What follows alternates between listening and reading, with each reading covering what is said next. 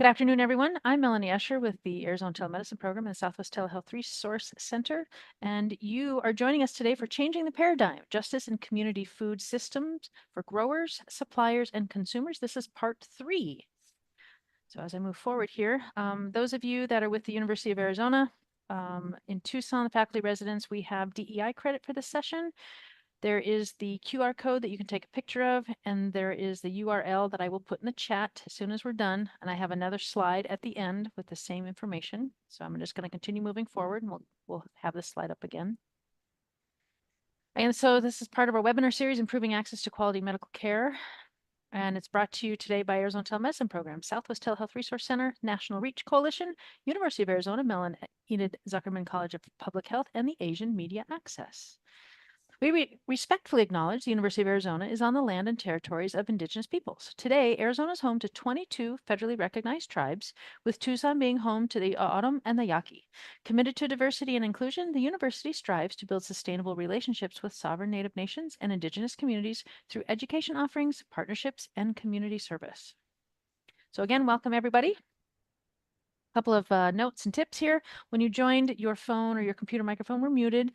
We have a Q&A in the chat function, so you're more than welcome to please use the chat function. That's also where I'll put the URL for the QR code for the DEI credit. But go ahead and please ask your questions in there. We'll have somebody monitoring that and that can ask with our presenters.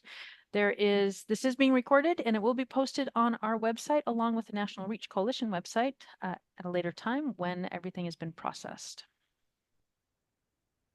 You can also check our website for upcoming webinars, which is at www.telemedicine.arizona.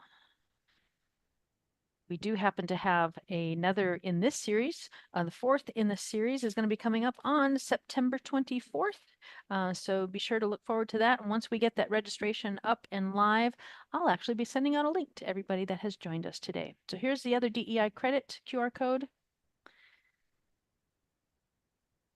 And again, we will have a survey at the end. It'll actually populate in a URL in the background for you.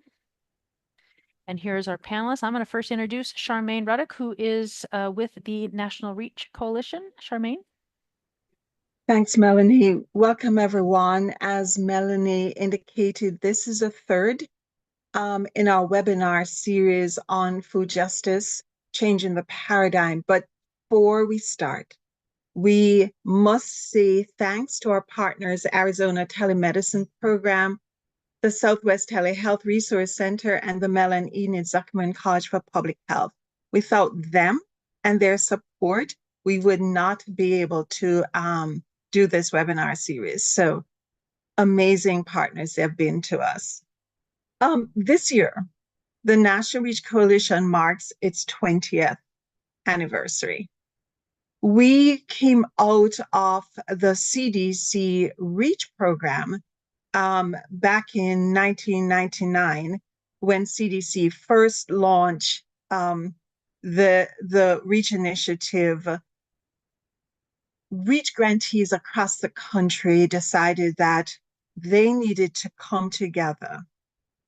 And they decided that because there was clearly a need for us to be committed to ensuring that the communities of color are the ones that will lead the movement to change the paradigm from racial and ethnic inequities and injustice to equity and racial justice in all the social, economic, and political determinants of health.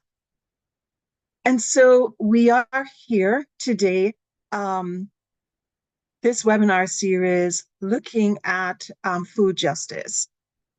We, as Melanie indicated, we started off this series in parts 1 and 2, sort of trying to identify the injustice in the community food system from the perspectives of African American communities, Latino, Asian American, and Native American communities. This part 3 builds on those earlier discussions. And here we want to start a conversation with our 3 panelists. And how do we change the paradigm from food injustice to food justice? Food justice, as research will indicate, addresses multiple layers. The question of land ownership, agricultural practices, distribution of technology and resources, workers' rights, and the historical injustices communities of color have faced. Food justice is also, as many of those who are the advocates and workers and champions of it will indicate, it's closely intertwined with environmental justice and the movement around sustainability. The food justice movement actually views food access disparities as a systemic problem that is born out of structural racism and loss of community control of food. And it is determined that one has to confront the root causes of injustice in the food system in order to reclaim community self-determination and sovereignty over food production. And so I'm really excited with the three panelists that we have today. They will introduce themselves. But we have Alexis Guild from the Farmworkers Justice Effort. We have Ismail Samad, a social entrepreneur and food systems expert. And we have Camila Silva, who comes from the Community Health Center area of healthcare, and who will talk to us about what the Center for Community Health Innovations is doing in terms of improving health equity through access to nutritious foods. And with that, I am going to first ask Alexis to introduce herself, talk about the organization that she is currently with, the work she's doing around in this area, and why food justice is important. Alexis. Thank you, Charmaine, and thank you so much for inviting me to be part of this discussion today. Very important discussion. So I look forward to this discussion with all of you and with my fellow panelists. My name is Alexis Guild. I am the Vice President of Strategy and Programs at Farmworker Justice. We are a national farm worker advocacy organization. We are based in DC. We engage in impact litigation, policy advocacy, and programmatic work, and partner with organizations all across the country, community-based organizations, labor unions, health centers, migrant seasonal Head Start, legal services, and others. And for us, food security is a really cornerstone issue. The cruelest irony of agriculture is that farm workers are extremely food insecure themselves. And so those men and women and their families who harvest the fruits and vegetables that keep us healthy are not able to access or afford those fruits and vegetables for themselves and their families. And so this is a really important discussion, understanding the social determinants that impact access to food security and the issue of food justice in farm worker communities. They are, many conversations tend to leave out the farm worker. And so I'm really excited to have the conversation with farm workers at the center of it and understanding how we can bring farm workers into the conversation and ensure that, they themselves are able to fully engage in the food justice movement and be part of the food justice movement and be food secure themselves. Thanks, Alexis. Next, I'm going to ask Ismail if you would introduce yourself, tell us a little bit about who you are, the organizations that you are with, and then why food justice is important. Then we'll expand on that when we get into our conversation. Yeah, this is Ismail Samad. I am the executive director of the Corbin Food Project, and you put that S on it because it is it's always a confusing thing to introduce myself. I am also a co-founder of a nonprofit called Loiter in East Cleveland, which is based upon spatial justice, environmental justice, and and economic justice, which is rooted in community ownership, community power. We also co-founded a grocery store in Boston, Massachusetts, called Nubian Markets, which centers the African diaspora and the culture that exists within the African American community in Nubian Square in Boston. But as far as food justice goes, it's a and I gotta say, like the farm worker piece, thanks for bringing that up too, because it is oftentimes not included into it. And so I'm going to start with introducing some of the work that we're doing around food justice, because Corbin Hill is a think and do tank based in Harlem. And so what we're doing is not just delivering food to communities, we also are thinking about the entire value chain, and also the narratives that go along with the storytelling and the research that accompanies the work that we do as we're trying to signal what justice could look like in the future as we're working towards a sovereign reality. Thank you, sweetheart. And then, but it's super important to bake that into the work from the beginning, because then we're not going to be able to have a clear transition into a transformation. What we will always be in reformative measures. And so what we always talk about are these political and social determinants from a research perspective. But if we don't invest into the alternative future, we're always are going to be discussing what's wrong, looking at some of these lagging indicators instead of the leading indicators, which is more around like what the future state could be if we invest into these future realities. So that's what Corbin Hill is. So we go by this whole thing of feeding the block, feeding the future, and feeding the movement. So that is, we work in the intersection between food access, justice, and sovereignty. And so knowing that food access is a part of our daily life, giving mutual aid, support to those around us, ensuring that we all can eat, but also looking at policy and also looking at investments into transformation. So that's what Corbin Hill is, and that's how we think about it. Thank you, Ismail. Camila? Hi, everyone. Pleasure to meet you today. My name is Camila Silva. I'm NAC's Deputy Director of Innovation. Why I'm here with you all today. So obviously, NAC, we serve our community health centers all around the nation. So over 1,400 health centers.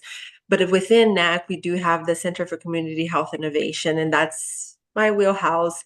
Before I jump into this, let me just tell you a little bit about my background. I'm actually not from here. I'm from Brazil, used to live in Mozambique, did work in Mali. So what I went to school was business, startups, social entrepreneurship, and I love to think about the systems of things and how we can make systems work. I think the reason why I was invited for here today is NAC last year launched, as part of the Innovation Center, NAC's Innovation Incubator, which really it is an opportunity for health centers who are dealing with the side effects of patients being food insecure that are coming in. So giving them an opportunity to design a solution that fits their community. That's one thing that throughout my work has always been very important, is I cannot sit in my Bethesda office and tell communities what they need. I need to be able to empower communities to do what they need to do for their patients, for their communities. And that's what we're seeking to do with the Innovation Incubator. So this year, the incubator is focused on food as medicine, and we have 8 amazing health centers across the nation that are going through a process where we did provide seed funding, and now they're walking through 7 months to design solutions that fit their communities. So their communities are very different, and their food needs are very different. But we also, to Ismail's point, we also try to implement the vital conditions framework. So it's not looking at just the here and now and trying to patch that gap that we're seeing, but how can we build a system that will prevent future patients from being food insecure as well. So pleasure to be here with you all today, and looking forward to a great conversation with the panelists. Thank you, Camila. Again, thank you and welcome to our panelists. As you can hear from their introduction, we can anticipate a really robust conversation happening. Many years ago, I read a book. It's called I Dream a World. And so I'm going to use that as a jumping off point to ask you all to share with us what a world of food justice will look like. And I'm actually going to pick up on something you just said, Camila, when you talked about empowering communities. So in Dreaming a World, let's first talk about what empowered communities will look like to change the paradigm and let there be real food justice. Camila, you want to start us off? Empowered communities. Dream a world for us. For me, and this is something that I'm a little bit passionate about, so please refrain me if I'm going off on a tangent. But for me, this is important not only when we talk about the environment here in the US, but for me, it's a global issue. What I would love to see is that we don't have to go to other cities, to other communities to get our basic needs met. So that means we don't have to get food from 5 towns over, but that we are being able to go across the street and be able to get access to that. That also involves healthcare, being able to get quality healthcare, quality education. So in my world of like what that looks like is that every single community has the pillars that they would need to be self-sustaining almost, but also and that all communities had the same high quality, because I realize as soon as I say this in my mind, I'm thinking, yeah, but not all communities are going to be the same because it's going to depend on the investment. It's going to depend on the people that are living there. So when I say this is truly the same level of high quality education, high quality resources, food for all of them. At least that's my like dream world, my utopia, basically. And I push you a little bit before I move on to the other panelists and say, when you talk about an empowered community, what does an empowered community look like in order to change the paradigm and make food justice a reality? I think it's a community that is able to make their own decisions. And I'm very big on decision making, and that means also having systems in place that protects people from the things that we cannot control, such as natural disasters, because we cannot talk about food security and food safety if we don't also think about the fact that climate is changing, that we are seeing floods happening more often. So it is empowering the community to make their own decisions, but also protecting the communities from the things that are a little bit beyond our control. One of the things that I personally love, it's my favorite book recommendation, and I know, Charmaine, when we talked yesterday, we might have a few students, so this is my one recommendation. If you can read a book, read this, absorb it, and implement it. It's called Anti-Fragile. It is the idea that when we talk about fragility, a fragile community, we often think that the opposite is a robust community, but it's not necessarily a community that is immune to shocks, but truly a community that can take the shocks and become better because of it. That is the idea of anti-fragility. So when I think about an empowered community, that is what I think. It's making sure that we're giving the tools to the community so that way that the shocks will happen, but they can be stronger because of it, and they're empowered to make their own decisions. Thank you, Camila. Ismail, dream a world for us around an empowered communities, and you have such a wide range of experiences because you've been working in multiple communities, rural, urban, and in between. Yeah.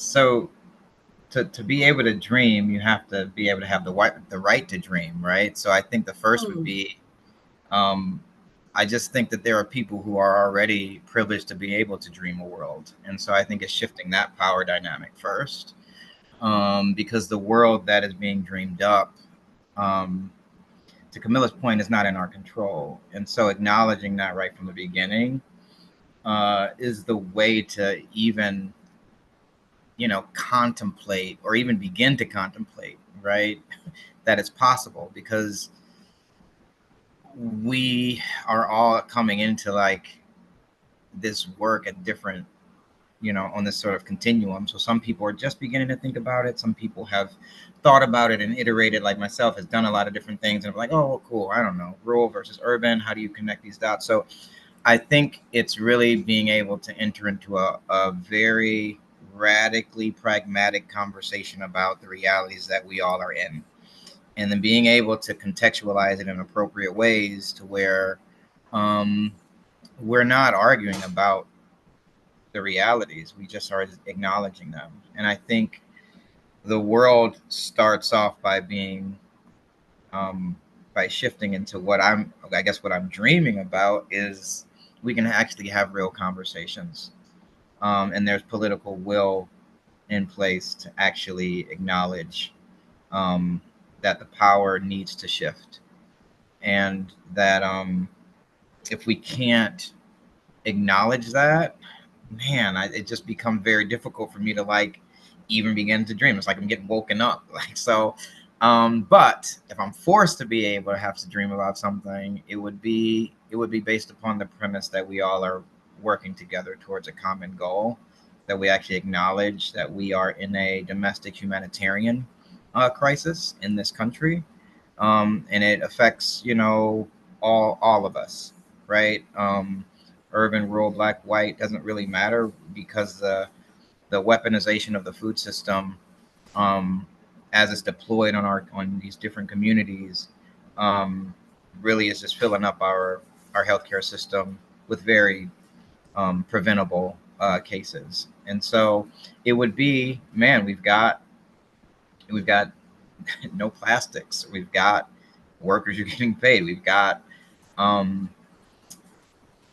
we have an understanding about how big is too big, right? It's going back to the basics of like, the Lorax, biggering and biggering and biggering. Like, what is too big, right? I mean, we tell our kids this stuff all the time around like, what are the dangers of getting too big? And we also are encouraged to get big. So it's really reconciling, I guess, the dreamed world is we have the ability to reconcile with some of the I guess the runoff, both figuratively and literally, about the things that we do to our own communities. And I think for me, it's more of a, we all can go macro to micro at any given time. So we can live within our communities wherever they are, but then we understand the macro reality, and who's informing that needs to be us collectively, and having the democratic process,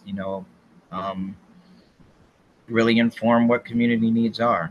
And so I think that's my dream world. It's connected to policy, it's connected to reality, and it's connected to a fair shot to just being able to dream. And so, yeah, I mean, that's how I sit in my dream world. Thank you, Ismail. Alexis, you come from the farm workers. No matter what people want to think, they are essential to this country feeding itself. How would empowered farmers, what would empowered farmers look like in this paradigm shift that we want to see in order to make food justice a reality? Well, I think echoing what Ismail and Camila shared, I think shifting the power dynamic, certainly, farm workers tend to be overlooked and ignored, and they don't tend to be part of the conversations because of the power dynamic, because many farm workers are undocumented. because farm workers are disenfranchised. They lack wages, they lack access to resources, they even lack control over their working conditions. Farm workers are exempt from many of the labor regulations and protections of other workers. So when we think about just, general like workers' compensation, not all farm workers have access to workers' compensation. It depends on the state. So, farm workers are overlooked and they're seen as kind of a cog in the system. And I think, really understanding the real value and contributions of farm workers. And I am not a farm worker myself. I have never been a farm worker. I work in an organization that seeks to empower farm workers. We do that through partnering with community-based organizations.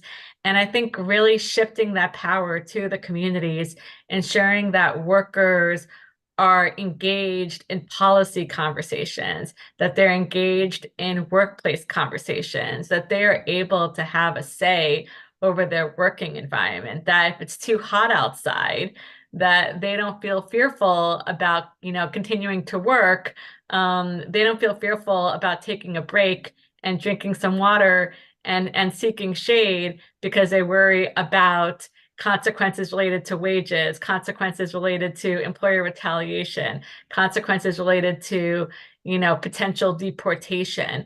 So, being able to assert their rights, just as simple as being able to assert their rights in the workplace, of which in an ideal world, farm workers would have the same rights as every other worker in this country. And they would have a path to citizenship, and they would be able to access resources, health resources, food resources without fear. And really, they are already engaged in our communities, really, ensuring that they can continue that engagement. Workers. I think there's this idea that, farm workers are exploited. Yes, farm workers are exploited, no question. But there's also a lot of pride in farm work. And when you talk to farm workers, they are so proud of the work that they do, of their contributions to our economy, contributions to the communities in which they live. And there's a lot of pride, and some of them really enjoy doing farm work. So I think also shifting the narrative and not just seeing farm workers as victims of an exploitative system, which they certainly are, but not just having the narrative in that direction, talking about the positive contributions and talking about, how farm workers have a lot of pride and dignity in the work that they do. Thanks, Alexis. So Alexis, when Ismail was talking a while ago, he and you also mentioned shifting the power, but Ismail said radical pragmatism. Is it pragmatic to think about farm workers shifting power? It can be. If there's a political will, I think there certainly can be. So can you talk to us a little bit about what that would entail as far as your thoughts? I think it would entail providing a path to citizenship for undocumented workers. I think it would entail ensuring that farm workers have the same rights as other workers. So overtime, workers' compensation, minimum wage. So farm workers, of course, are able to access minimum wage, federal minimum wage. But in most states, state minimum wage is higher than federal minimum wage. Farm workers are not necessarily covered under state minimum wage. It varies from state to state. So there are states where farm workers only make the federal minimum wage and other workers make the state minimum wage, which is much higher. Pushing back on the narrative that, you know, farmers can't afford to pay their workers. Because that's a narrative that is often discussed. And yes, we understand agriculture, you know, there are margins and we understand that, but farm workers deserve to be paid a living wage, and you know, they should not have to, you know, suffer you know, subpar wages. So I think, you know, I think having those pieces in place, ensuring the protections are in place, and that workers feel comfortable asserting those rights, which come down to immigration status. Because immigration status, and that includes undocumented workers and H-2A workers who are workers in the US on temporary agricultural work visas, tied to their employer. There is a power dynamic where workers are fearful about asserting any rights that they may have because they're fearful of any consequences related to employer retaliation. So until workers feel that they can fully assert their rights and not fear employer retaliation, then it's hard to make a shift in the dynamics. Thank you.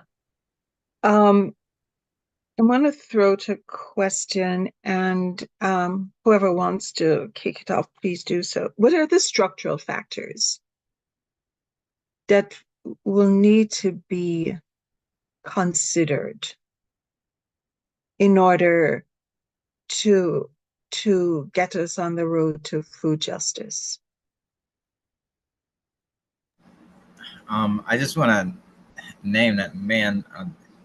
They were just mentioned. Some of them were just mentioned, right? The structural things that are in place, and it's always super sobering to hear that side of the equation, you know, on the farm worker side, because and as many times as you hear, especially when you're in the work, you're like, oh, as many times you hear that that's exactly what's going on, and this is like what is allowed to happen, and you're part of the system, it becomes I guess one of the structural things is like we as a society are complacent, right, and can complicit. So that's structural, and that's design structure, right, to make sure that we do not have the actual the power, right, to actually change things that we morally disagree with, right, and so um, so I think there are what becomes priority. I think structurally it becomes policies that are unprincipled policies are some of those structural barriers. And yeah, like, and I always put it on like us, like what more can we do? Like some of the stuff like I mentioned before, like I think for me, aside from the sort of political stuff, it's like, what is inertia how much inertia exists within our communities that just allows us to continually to like ignore it. And like, as I mentioned, like the fear of speaking out, the fear of actually kind of demanding change. And so I guess you could say, oh, okay, let's take it out of the policy space, and then let's get into, like, you know, this is American capitalism. Let's invest in the reality. But then you end up with, you know, there's not an equitable distribution of dollars to transformative efforts. And so one of the barriers, of course, is you know, our resources, right? Resources, and of course the runway to success. Certain enterprises or businesses or socially driven, you know, enterprises get a longer runway than ones that would be transformative. When I'm talking runway, like the investment will be a little bit more patient for larger companies. So I think I think those are some of the barriers. And then the other barrier that I kind of like live within is like the inability to scale some of these models. It becomes a a challenge to make the numbers work, right? So and it was mentioned before, like if you're paying, if it's an acceptable reality that, you can't really make agriculture work because, you know what, you have to pay people, a low wage. And then we bake that into what we call the farm bill. It becomes it's connected. The economics are connected to the unprincipled policies, and I think those are the two things that I kind of swim in all the time. So how do you invest in a local infrastructure that can scale up, in an equitable way? So I think for me, it's always investment and policy. Those are the two things that I usually focus on. So I'm going to stay with you a little bit, Ismail. Uh, I asked you because we have been partnering with Corbin Hill when I wear my other hat, Bronx Health Reach. So can you use either Corbin Hill or in New York or any of the other enterprises that you've been involved in and use them as a case study to get us inside how you and the folks you are partnering with, the folks within Corbin Hill or any of your other enterprises, because you're not trying to do business as usual. You're looking to have a new way of people feeding themselves in communities that have historically been in food deserts, or as some people are now calling them, in food apartheid places. So bring us into how you are thinking you're going to change the paradigm. Yeah, so great. So on a tangible level, you could think about it as that sort of food access, food justice, and sovereignty sort of thinking. Like there are people who need access to food. And how do people currently in our communities, in habitually excluded communities, get food? It's from a system that is it's just ripe with so many unprincipled things around, like who's feeding our communities are the very enterprises that have damaged our communities with garbage products. So if we don't own our food systems, then we can't dig ourselves out of this hole of always needing to be fixed from a healthcare institution. So we become a research community because we had policies that allowed for our communities to just get garbage dumped into our communities. So it's like, wow. So how do we change that? It becomes bringing the community folks who have been living amongst it into the change. So they now are part of the policy recommendations. They're part of the businesses that are in the community.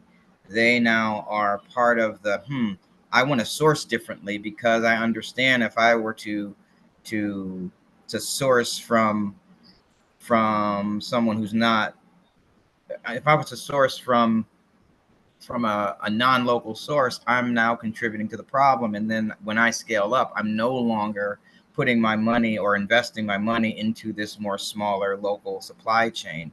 And so if you can create pathways for food systems that are owned by us, then we can now deal with some of the root causes that, which you mentioned earlier, are poverty, right? The root cause of hunger in America is poverty, at not having access to the resources to buy what we would like, unless we are collectively as a country trying to keep a class of people that are always engaging or interacting with a food access program, meaning here's free food. And so it's very difficult to create a paying market within communities that need access to food if we're dumping free food into our communities. So you've got this sort of like these conflicting realities of like free food in communities, but we want to work with local entrepreneurs to build local food systems. And now you're competing with free. And you can't compete with free. The only thing that compete with free is cheap.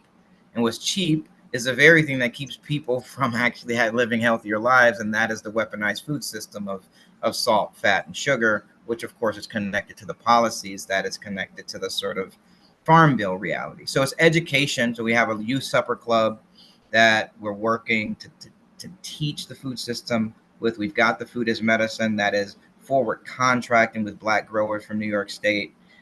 We've got the research project that is with SARE, that's researching how to create a Black farmer commons in the Northeast. And then all of that research then stays within community. And then we're pushing against another system of the IRB to make sure it stays within community focused research institutions that we can show scale in a way that's not just paying, that's just not contributing to the perpetuation of this. So at every level, we're trying to have community engagement on the research side, on the investment side for local food businesses. And then we're encouraging the youth to understand the food system, to be able to deal with some of the farmer issues that are happening in New York State, to where the Black farmers are not receiving the same types of forward contracts as the larger white farmers are. And so it becomes now if we, to the point around Bronx Health Reach, for example, we were able to look at federal dollars, say our community needs to eat. We know that there's a future state that we need to be researching how this food as medicine could continue to be a part of our communities, but without showing a very solid case that these are opportunities to stand up economic realities for habitually excluded communities like Black farmers in New York State.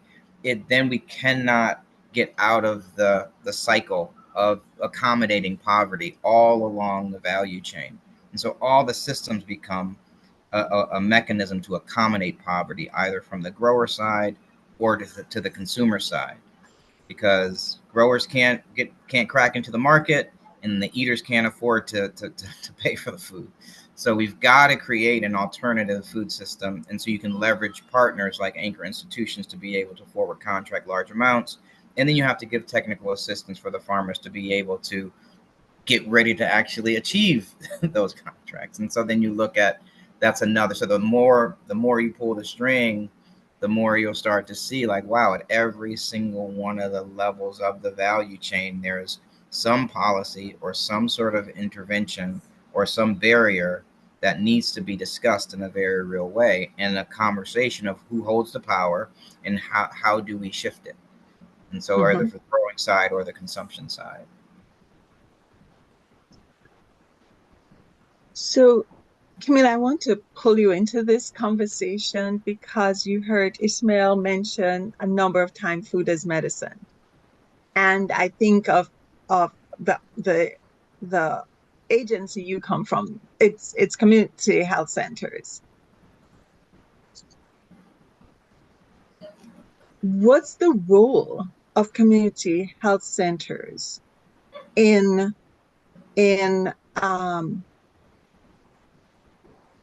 making this shift to encourage to have an impact in all areas? Because given the work that Bronx Health Reach, that hat I'm wearing, and the partnering with Corbin Hill, it's about getting patients to eat healthier, right? But there are challenges with that model as it is now. But what do you see as a role of community health centers, particularly since the incubator part of your work has for 2024 at least been looking at food, looking at this whole thing of food as medicine? So I think that, to answer your question very decisively, I think the role of community health centers is oftentimes to serve as the connector between community and other organizations. If I can talk a little bit more abstractly for a little bit, and bear with me, my background is human-centered design. I'm a firm believer that whatever we think might be the solution probably is not the solution. We need to take time And I'm coining this. So if you see a paper later on about me talking about human-centered design maintenance, because I think it's not only about the design piece of work, but also it is how we maintain the work to make sure that whatever solution we created continue to be the solution that the community needs. I think that that is the role that community health centers, because community health centers, for those of you who don't know, we do have a consumer board. We are required to maintain 51% of our board to be consumer board members. We have this almost built-in mechanism, if you will, about to do human-centered design on a starting level. And I think that that is the beauty, is why I fell in love with community health center specifically. But I think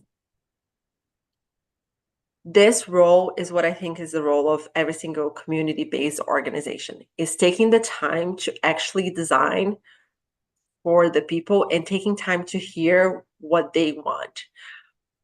And not sometimes just what they want, but maybe what it is that they need. I usually, when I'm doing this sort of pitch about innovation, I usually ask people, remember back in the day when we all were carrying around that big camera with a film in it? If we went around the room and asked, what do you need from a better camera? Oftentimes people would say, oh, I need a better film, a film that holds more photos. And what ended up that us as humans wanted was a digital camera. So it is taking that time to not only say, I hear that what you are hearing is like, oh, you want to eat healthier. That's a great starting point, really. But I think we need to take a step back and dive deeper into what that entails. I will tell the story about, because we brought, as part of the incubator, we brought the 8 health centers to Bethesda to help them ideate. And one of the things that came out is, how do I eat healthy within my own culture? Coming from Brazil, I cannot tell you how many times I go into the supermarket and I'm like, okay, so how do I do this? How do I balance my culture, the things that are important for me, to eating healthy, to what is available in the supermarket? And I'm very privileged to be able to afford different things, but the reality is we need to listen. First and foremost, we need to listen.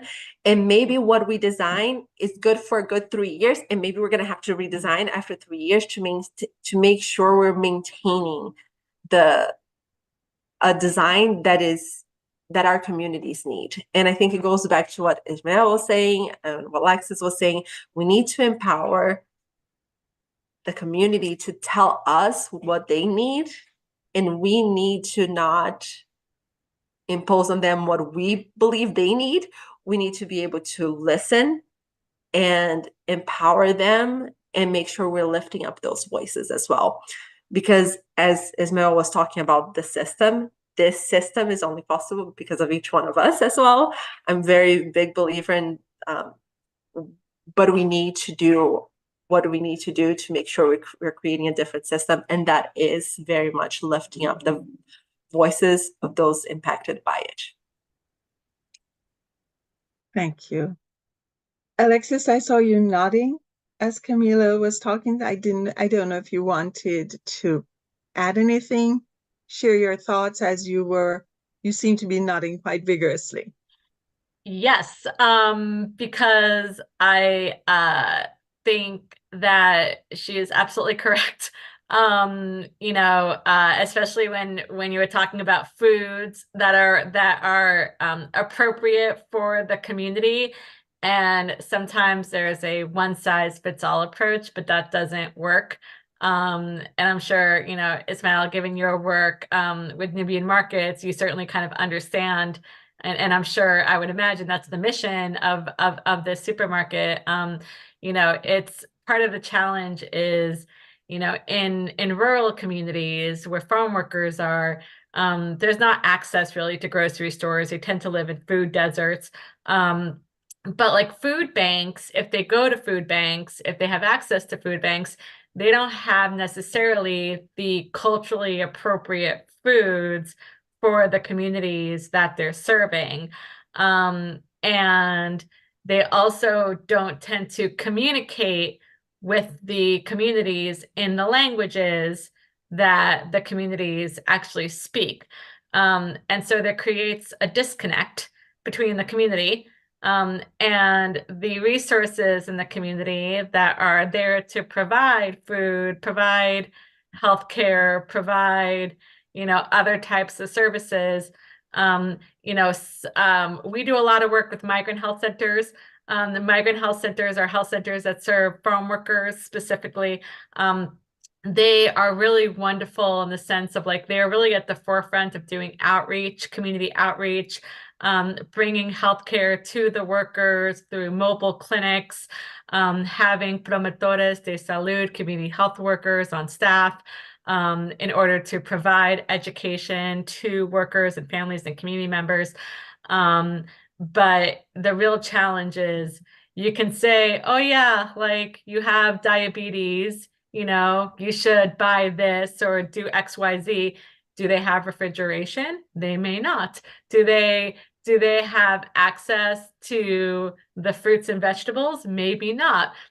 Does a food bank have the kinds of fruits and vegetables and food that they're familiar with? Maybe not. Do they know how to, they know best. As Camila said, the communities know best what they need. And so I think it's really centering the needs of the communities and ensuring that they are engaged in the conversations at the local level, at the state level, at the national level, when we talk about these policies and then actually implement the policies. Thank you. So before I go on to a question that I want to pose to each of you, does anyone want to pose a question to their fellow panelist?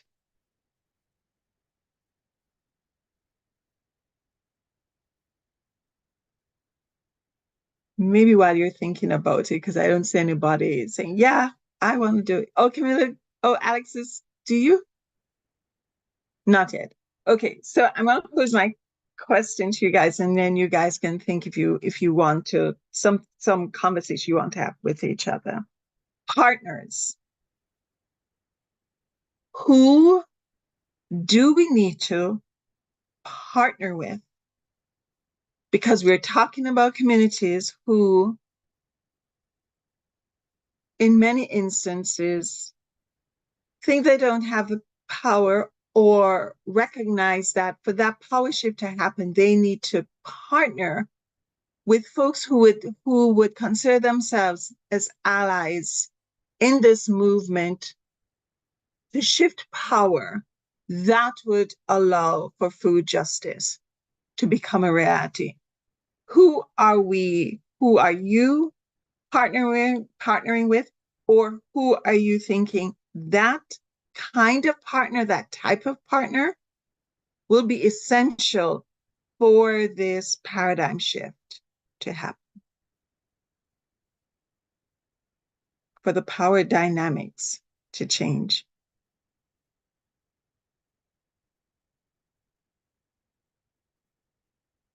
Have I stymied our panelists? So I can go. So the partners, I can give an example. So for instance, with Boston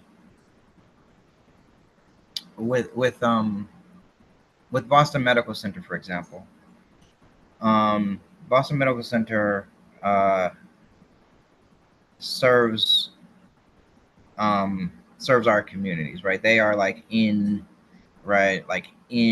the hood, they are the hospital that is for us, right? So they have this sort of it's a double-edged sword, right? So some people are man, don't go to BMC because man, that's the hood hospital.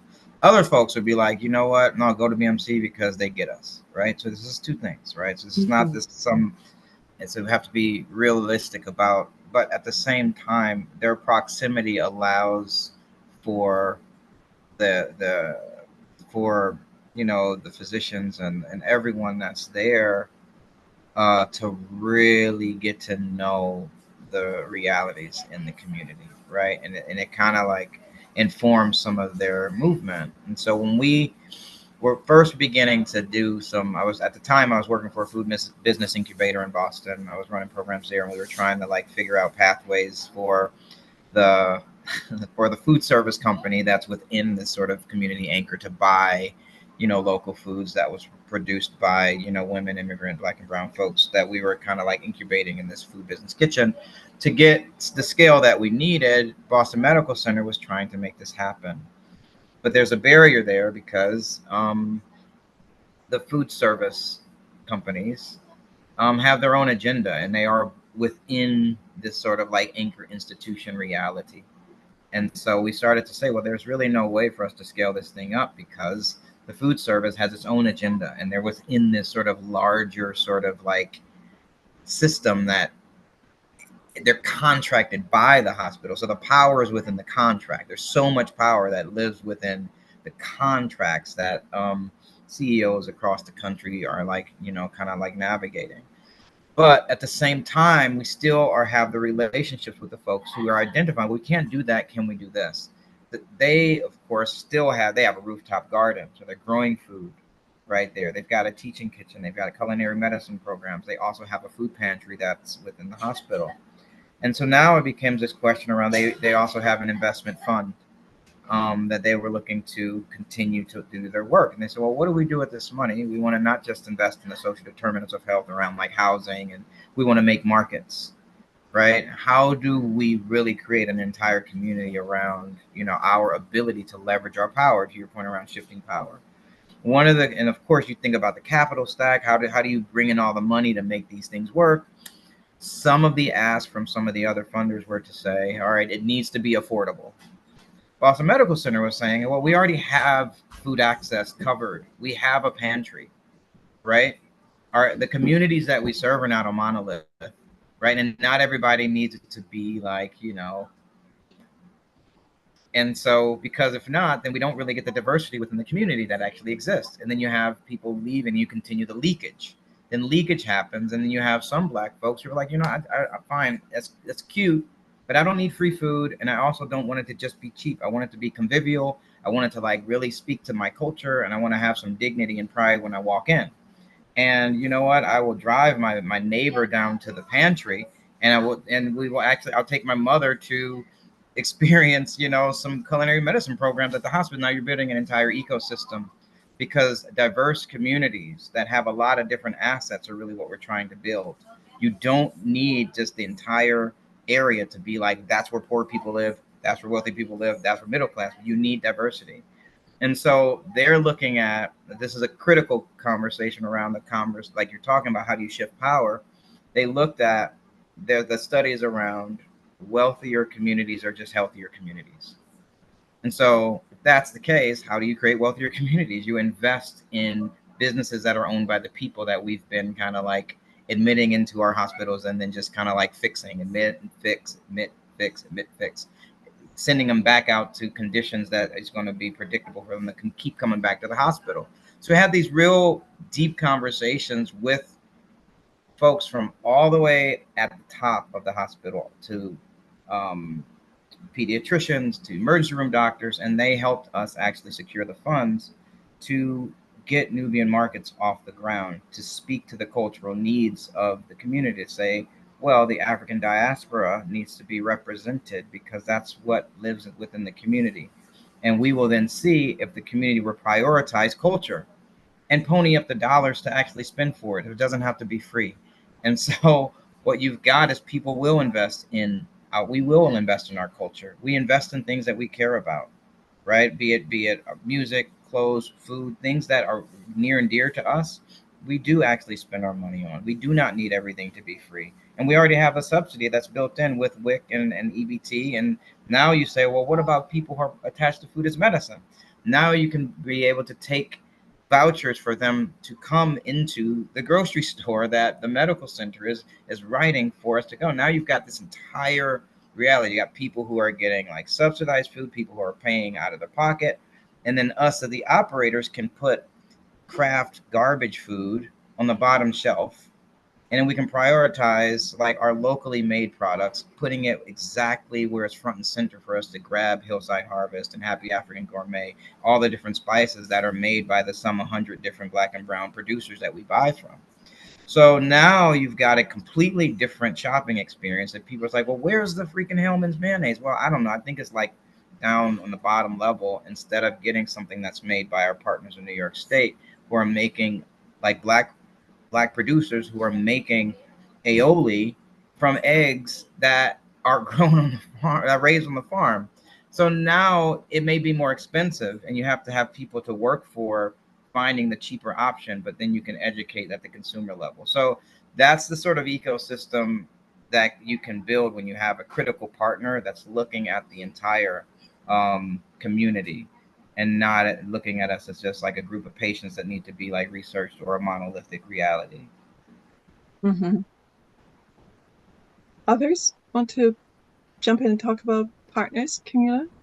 Yeah, I can jump in. I think that the best partner, the people that you should partner, are the ones that are right for that time. And what I mean by that is sometimes we look at these companies and we're like, oh my goodness, if only they partner with us. But I do think we need to do a pause and say, are we in the right time? Are we in the right space to be able to be partnering with them right now? Sometimes, and I think, Ismail, to your example, I think that was a beautiful example what a great ecosystem can look like. Sometimes we're ready for it, and we should be seeking out those partners. Sometimes it is okay to start small. I think it is okay to have that vision and to say, okay, how do I do it? And sometimes we look, and I hear this a lot, especially in the startup world. Oh, if only that one company looks at me, it's only that one company. But there's so much power as well in partnering with smaller companies that are equally committed to the mission as you are. We don't have to solve everything. It's something that it's impossible for any one company, unless you're Amazon, to solve everything all at once. And even if it is Amazon, they're probably going to run out of money at some point because the challenges that we're talking about are complex. We cannot expect simple solutions to solve complex, systematic challenges that have been exacerbated by years and years and years. What we can do is do our best to move us forward a little bit. So that is one thing that I'm very big on is as people were trying to look into their partnerships, make an assessment of what do you need in that partnership? What do you need for in a partner? What are you trying to move forward? What are your must-haves? What are your good-to-haves? And what are things that for you are just simply non-negotiable? Because as you look into partnerships, I think it's very easy to be persuaded by shiny objects, especially if they're knocking on your door and they're like, oh, we want to partner with you. But I do think our organizations, our community-based organizations, and the organizations that are deeply focused on the mission that they serve and on the population that they serve, they have something invaluable, which is that community trust. And we need to be able to safeguard that as much as possible by partnering with only those that we think are worthy of our time and our population's time, our community's time. Because at the end of the day, our community is trusting us to lift up their voice. So we need to make our due diligence to choose partners that are worthwhile. And maybe sometimes that's not going to be the big shiny object. Sometimes it's going to be the folks that people didn't know about, but they want to move it forward. So that would be my Can I ask you to go a little bit more? So you said make an assessment of what you need in a particular partner at a particular time. What would be included in that assessment guide you're going to use to determine the partner? Yes, this is partners for now, or no, not now, maybe down the road. What would go in that? What would be the guide? So if I were, bear with me because I've mentored startups, especially social-minded startups. So one of the first things I say, you have to have your theory of change. That North Star cannot change. If you're changing your North Star every 5 seconds, take time, go back and reassess. You need to have that theory of change to know where you are now and to know where you're going next. That's the first thing, because it's going to be very hard to assess when you're ready for the next level, when you're ready to take on more risks, if you don't have that clear picture. And I've seen it become very easy to be sidetracked because a good partnership, a shiny object comes up. So having that very clear, and I would say making sure that that is very clear for everyone in your organization. It is, especially as we're looking into a smaller organization, but even big ones. We need to empower every person to be looking at those opportunities because they happen and it's milliseconds sometimes, but making sure everybody at the organization is empowered for that. Second, it would be making sure you have a SWOT analysis, your strengths, weaknesses, opportunities, and threats. Let's figure it out what it is that we are and making sure we have that. I think it also goes into your resource mapping. So say you have a new idea, you're seeing this need in the community, and you're like, we need to solve this need because it is our mission. It is if it's perfectly within our theory of change. So taking a pause and making sure you're doing like, what do we have in-house? What are things that we can leverage right now? What are partnerships that we already have that could help benefit this? Where are the areas that we are lacking? What are things, resources, tools that we just simply don't have? And then, because if you're socially minded, you are going to have a mission, you're going to have a vision, it then becomes a little bit easier to say, great, we want to develop an app. So say this is like you have everything built out and you think that your population has been really asking for an app that will help them make more healthier decisions. Now you have this and you're going to be like, we cannot build an app right now because our community, our organization just doesn't have the skill sets. Also, it's very hard to maintain an app. It takes technical skills that would take a lot of time. So that is a gap. Based on the mission, what do you want your partner to bring to the table? Do you want them to just develop an app and let it go? Do you want them to have a stake? So those are the things that I would say is your non-negotiables. These are things that if a company comes with any one of those, it's an immediate no. And sometimes that looks like a non-negotiable is the fact that they don't have a negative externality in the community that you serve. And that is one of the things. Maybe you're looking at their partners and seeing who else are they partnering with. We will not accept partners. And it has to be a mindful project. It is something that it takes time, but I think if it's done well, that can also serve as a roadmap to looking for those really mindful partnerships that have the opportunity to be long-lasting. Thank you, Camila. Alexis, I know you're looking to go soon because you told me you had to leave us fairly early. Any thoughts about what is a partner, what you should be looking, what as a community, what's needed in the partners if we're to change this paradigm? I think there were so many good examples that, and it was laid out so well. I'm not sure I really have much to add to that. I think it was laid out really well. I think, I think about COVID and during the height of COVID, the partnerships that happened during COVID in order to ensure that workers had access to vaccinations, access to to any kind of medication, access to information. And there were some unlikely partnerships that occurred. And that could be helpful depending on the situation. So I think it's really situational, and I agree that it's not a forever partnership. Some are very specific to the time and place, like COVID. Others, I think, are more sustaining. But I think, again, and all of us have kind of talked about it, and I feel like maybe we're beating a dead horse. But I think at the center, of course, is always the community, and ensuring that they are a part of it, and that they're at the center of any of these discussions or partnerships that take place. So, Alexis, I'm going to push you a little bit.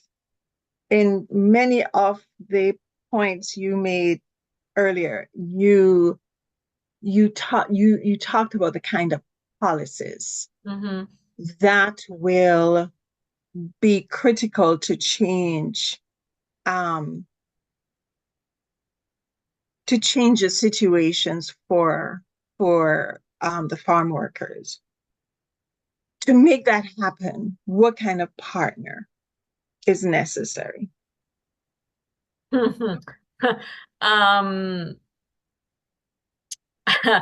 It's hard to say.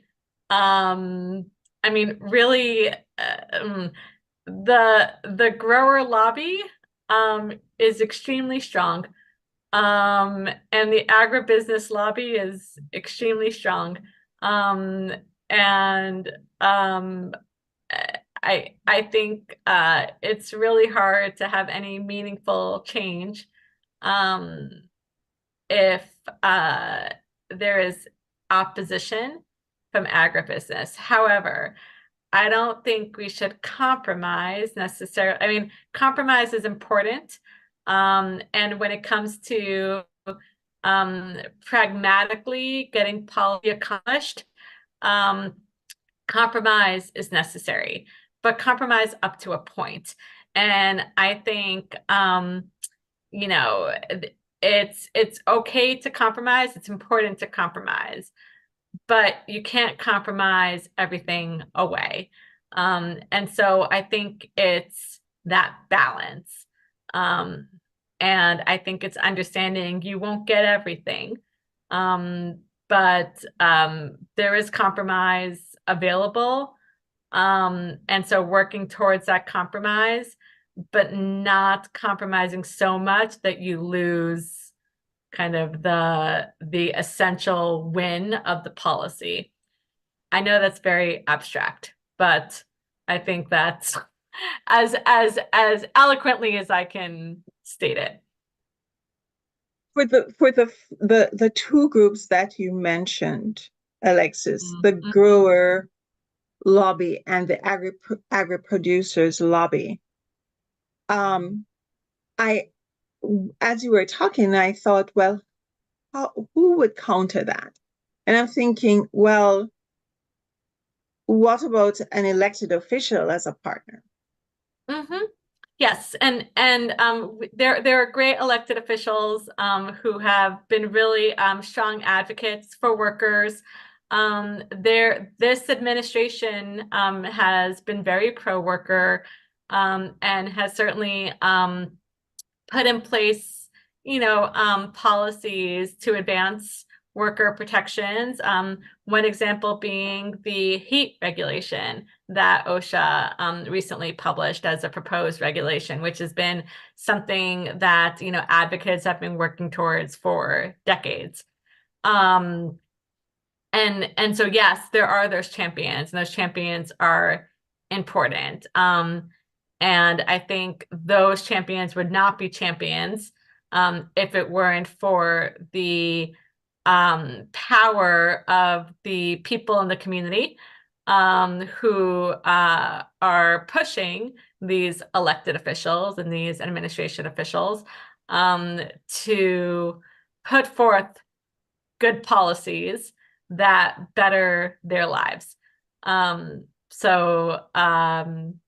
I think it's, again, those communities are the kind of focal point, And they're the ones who can really kind of push these policies forward, working with elected officials, working with community-based organizations, working with advocates, working with, maybe sometimes people who might seem in opposition, but perhaps come together around one specific issue. So there can be strange bedfellows in politics, as we have seen. And as we have seen, the recent 3.5 years of the current Biden administration has shown that, right? Some folk they've been successful in getting significant things passed with folks that normally you think, oh, you are so far apart, but somehow whatever was the magic that got sprinkled, something happened. Yeah. Absolutely. And sometimes you can't go for the big win. Sometimes you have to go for a small win. And you have to kind of just focus in on one specific thing that you can push forward.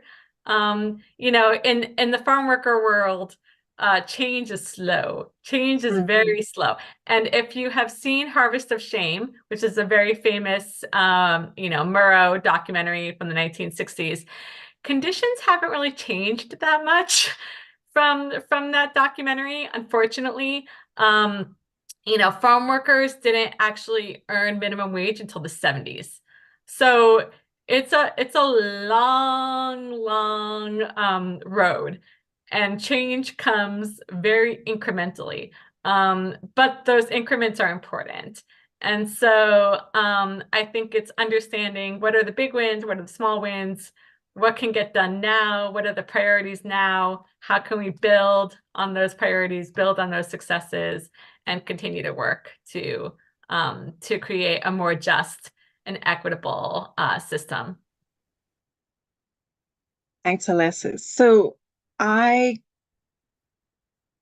I get older, I'm saying, why am my control and my patience slipping?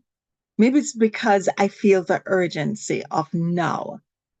So I want to ask Camila and Ismail to weigh in. What timeline are we going to be struggling with food justice and changing that paradigm for the rest of our natural lives and maybe our children's natural lives?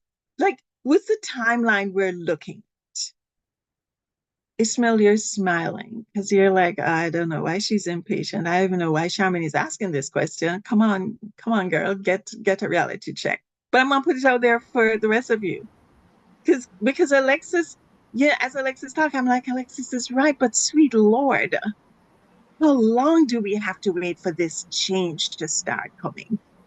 Yeah, what's the saying? You told my great grandmother to wait, my grandmother to wait, our mother to wait. Now you're telling me to wait, right? I mean, how long do you have to wait? I mean, I think there is this piece, and I'm not an incrementalist, right? I do think that that my version of equity is I want what the system has, right? There is it's very if it takes 23 stores for, let's just say, um, a popular market to break even, we deserve 23 stores, right? We deserve the same type of money, the runway, the opportunity within a structure of capitalism that actually works and maintains supply chains and feeds a lot of people. And if we don't get that sort of equitable opportunity, it's not a fair market. So if we're not a fair market and it's an extractive market, we need to name it as such and say we're not going to tolerate it. And now I think so for me, I'm fighting on the equity side to say, hey, look, we're looking for actually fair investment to be able to make something cook, while we're going to commit to our culture of being like good human beings, right? And we're not going to like. So I think for me, I think it's okay to like I think there's also this pause, pivot, push thing, right? We're looking at the situation. Are we going to pause and think about stuff? Are you going to pivot to something else? You're going to push through. How often, I think it is looking at the moment, and I think Camila said that what's the moment that you're in? It requires different strategies. And so if it's a moment to push through and you can actually see a crack, you know, utilizing the right tool to get through the crack. If you can get through a crack with like a little chisel, or you can get a big hammer. If you use the wrong tool, you mess the whole thing up. You got to be very proximate, very deliberate to the situation to utilize the assets that are around you in the moment, and be okay with the decision that was made organically, and you're trusting the people around you. So you're in this work together. So you're not, so you can, the sort of iterative, like Camila, that human centered sort of like humans are interacting with the environment all the time. And so we just respect the humans around us that are doing this work, and we're not all perfect. And so as long as we can have a real conversation around like what's working and not, then we can adjust accordingly. So I think it's okay to not be patient. I But at the same time, you gotta have both, because if you're looking at glass half full, glass empty, you still have a glass. There's something in it. How you perceive it is like your own. That's a personal journey, and everybody has, should have, and that's the issue. Not everybody has the privilege, to hold the cup, to even look at it, to assess, to see how much is in it, right? If we don't, so I think some people are judging how much is in the cup for other people. So I think the patience is needed, but also, yes, okay to like ask the question of like, when, but with action. So that's how me, like I can go between like being super frustrated about the situation to actually like building something with friends that I want to work with. But if I think it's boils down to the partners, the company you keep, to keep you honest. So I think it's never either or. It's like what's happening now. Like, so that's how I look at it. And I'm younger than you too, right? And so you've Yes. been at it longer. So And you I'm might, getting, and that's why my impatience, that maybe I'm so sick and tired of being patient. Yeah. Camila, what do you think? Yeah, and I think to the last point of like having both, because there's gonna be times where we're gonna need to push. There's gonna be times that we're gonna need to wait, and somehow we need to have the wisdom to be able to discern it. And we're not always gonna get it right. I think I don't know what the future is going to hold. That is, and if you go to any conversation where the person is telling you, yes, in the next 5 years, this is going to happen, walk out, please. There's no way anyone can know what is going to happen. Even the best AI models are not going to know what is going to happen in the next 5 years. What we can do is, one, empower the people that are doing the work to be on the lookout for little inklings, for little opportunities that might present themselves, because we don't know when that big push that is, and this goes for, I think, any social change issue. We don't know when that little spark, if we just give it enough fuel, might become the thing that changes it all. We don't know that, but we all need to be on the lookout for that, to be able to leverage it and to be able to jump into action when it happens. I think the other thing, because we don't know what the future is going to hold, and I would be doing everyone a disservice to say how long would it take to make change, is to make sure we're also passing down the information. I think there is so much power in the history that led us to where we are. Only when we pay attention to the history, to the lessons learned, we can do better in the future. So I think there's also this piece of making sure, and it's not just the people affected by it. I think it's making sure everyone knows. Everyone knows and everyone understands, to what Alexis was saying in the beginning, how farm workers are affected and can be empowered, and how this double-sided coin, we need to be able to tell the story of, yes, this happened, but look what amazing things can happen if things become different. I think that's the only way we're going to be able to make this change, because we don't know what's going to happen tomorrow. We don't know if we're all going to be here being able to tell the story. But if we're able to make sure we leave this legacy of lessons learned, of amazing moments and times of reflection that we needed to do better, and this is how we did better, I think that helps build. It's not, in my mind, it's not going to be one organization. It's going to be a collective. It's going to be all of us making sure all of us are paying attention to these social issues. But to your point, Tremaine, in my mind, I don't have kids yet, but I'm doing everything that I can to make sure that my kids have a better future. And this is just like, I have to make sure I'm doing everything that I can right now. I might not get there. Fully know I might not get there, but let me make sure I'm paving the road so that maybe they can carry the torch afterwards. So I think you're all right, but I'm going to take the privilege of the facilitator's role and say that we need to give ourselves a timeline for radical change to happen.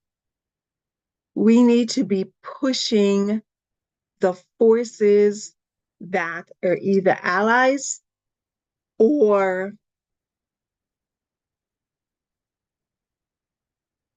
opponents, and say to ourselves, what's the time? This is a timeline, and these are the things that we will be working towards. And maybe in your own way, you always saying that, and I'm just like, the sand in my clock is a lot more of it has run out than for you all. So I just want us. I just think that if we're going to change this paradigm, and yes, it takes time, you're all right, and yes, sometimes it's incremental, but there must also be a force, an urgency that says we're looking for this change to happen here, and let's see how close we get there. So that's my word. I know we only have 2 minutes. If there's anything any one of you want to say before we close out, please feel free. Just to jump on what you said, and I'm posting the link to the article. It is something that I've been kind of in love with, is the idea of field catalysts. So I think I would say yes, and I'm an innovator. I love the idea of yes, and maybe to get to that point, we need more field catalysts that are okay not taking credit for things, but are going forward and bringing folks together and saying, okay, this is how we do it. So yes, and we need somebody to be able to be leading the charge. And that's where the idea of field catalyst, I highly recommend also reading. No, that's helpful. I'm going to look into that. And I think, Charmaine, we talked before about who gets to disrupt, right, in the system, right? It's a disruption is celebrated in some spaces, and it's not welcome in others. And so when we're talking about system change and talking about community ownership, and you're talking about, right, being like, dealing with a system that was built to break us, disruption is not really celebrated. It's like this separation. And so I think you're right. There does have to be a very clear pathway to disrupting a system that is very predictable. Some of the things are very predictable. You're going to see it. Some pieces you can and have been predicted to see that this is going to remain status quo until disruption happens. Right. So as we examine the system, we need to see what those pieces are, to see what levers we need to actually deploy to actually cause disruption. So those sort of catalysts can actually see an opportunity to be the innovators to actually move into that new world. If not, we just all end up complicit on this boat to, colonization and, oppression. So. Yes, ma'am. Alexis, if you wanted to add anything, whether it's on this or anything else. No. So I just want to say, go ahead, Alexis. Oh, no, I would just say I really appreciate all the comments. I think it's been a really interesting discussion, and I really appreciate the comments and perspectives that we had today that were shared. On that note, I want to thank you all, because all that you shared, contributed, is part of this momentum we're building to try and understand and figure out what our action steps need to be in order to change the paradigm that will get us closer to food justice, that everybody, irrespective of your origins, your nationality, race, ethnicity, socioeconomic status, everybody deserves to have access to healthy, affordable food. And those who make that possible, everybody along the food chain deserves the success that's so warranted. So thank you so much for adding your ideas, your brilliance to this discussion. Melanie?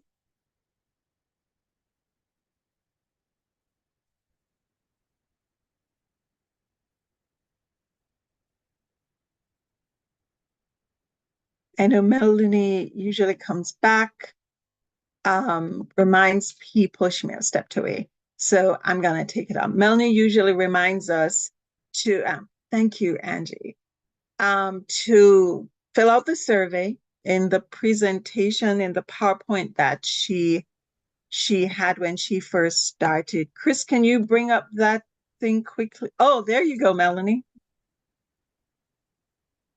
Hi there. Hi. Yes, sorry, I was on another call.